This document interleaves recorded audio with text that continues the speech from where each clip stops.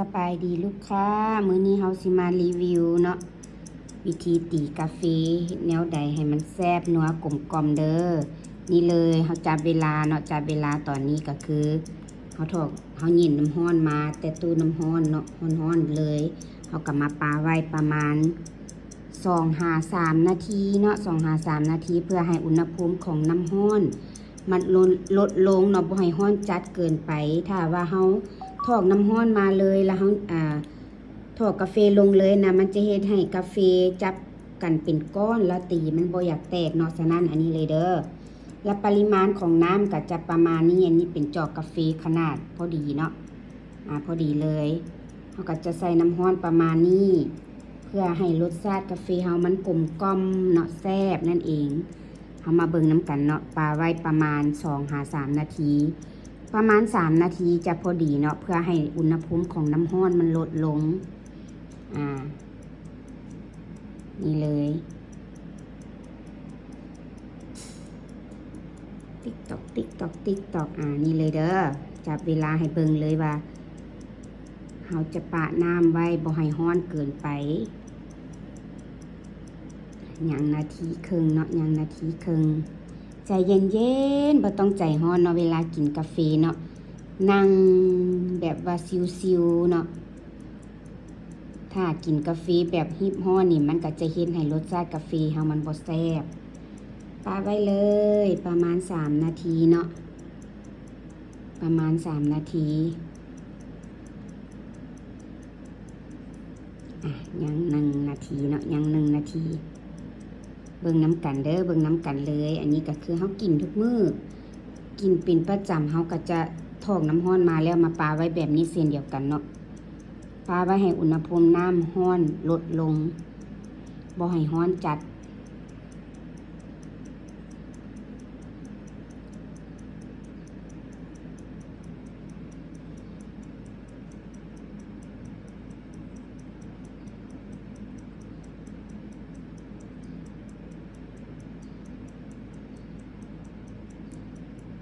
ยัง24 วินาทีติ๊กตอกติ๊กตอก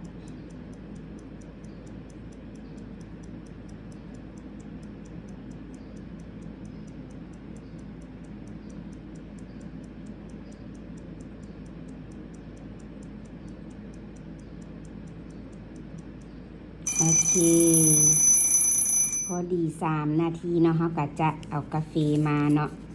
ถอกลงใส่จอกน้ำร้อนที่เราเตรียมไว้บ่ต้องถอกจวกบัดเดียวเด้อค่อยๆโหยลงไปเด้อลูกค้าเด้อมาสังเกตอยู่ทั้งลุมเนาะ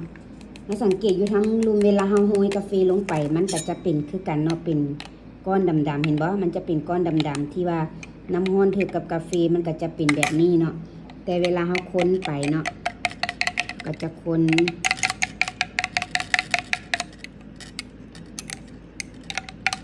ไปเรื่อยๆ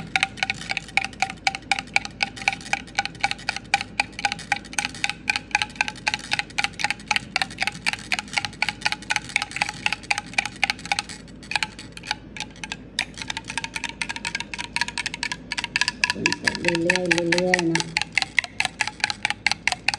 พอดีเฮาคนกาแฟแล้วพอดีมันก็จะพอดีฮ้อนๆพอดีหูบเนาะ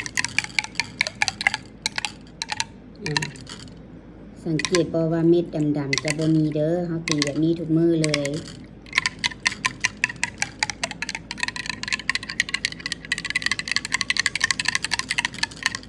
ทางลงเม็ดดำจะบ่มีแล้ว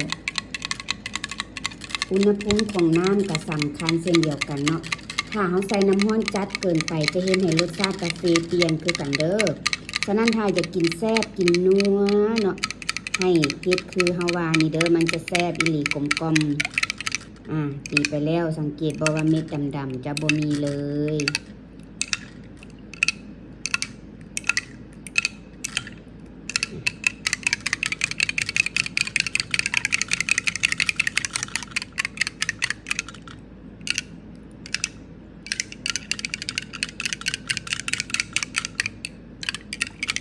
ชิมมันดู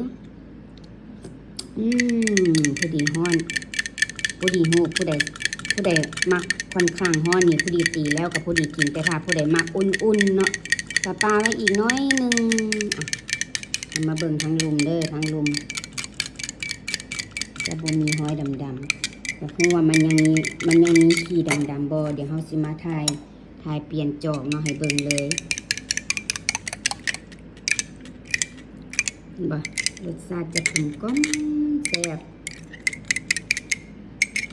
ลองพอกออกเบิ่ง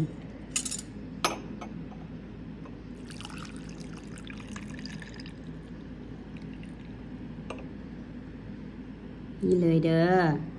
บ่มีเม็ดดำเฮากินทุกมื้อจะบ่มีเม็ดดำเลยนี่เห็นบ่ถ้าเฮาตีแบบนี้จะบ่มีเม็ดดำแล้วก็จะบ่มีว่ากาแฟบ่ละลายถอดกลับมาเบิ่งเนาะเพื่อความมั่นใจ